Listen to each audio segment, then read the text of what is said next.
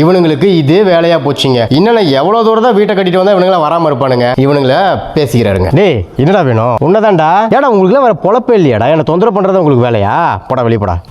இன்னொரு time bell அடிக்க கூடாது. புரியுதா? தேவையில்லாத வச்சுக்காது. கிளம்பு. ப்ரோ பசிக்குது ப்ரோ. சாப்பிட்டு ஒரு நாள் ஆச்சு.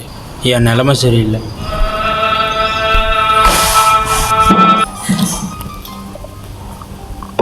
சாப்பிடு.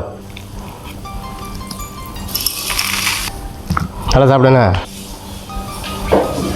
எங்கள் அம்மாவும் மதிக்க மாட்டேங்கிறாங்க ப்ரோ. எங்கே போகிறேன்னு தெரியாமல் தான் உங்களை தேடி வந்தேன். மன உளைச்சலாகி ஊருக்குள்ளே ஏகப்பட்ட பேர் நிம்மதி இல்லாமல் தான் இருக்காங்க போல் இருக்கு. மணியே உன்ன மாதிரி வீட்டை விட்டு ஓடணும் அப்படின்னா எல்லாருமே அவன் வீட்டில் இருக்க மாட்டான், அடுத்தவன் வீட்டில் தான் இருப்பான். நான் உன்னை வெளியே துரத்திருப்பேன். பசின்னு சொல்லவும் அப்படியே உள்ள கூட்டு வந்து உட்கார வச்சிட்டேன். சாப்பிடணும் கொஞ்சம் வச்சுக்கிறியா? இதே வயிறு நம்பாயிருச்சு.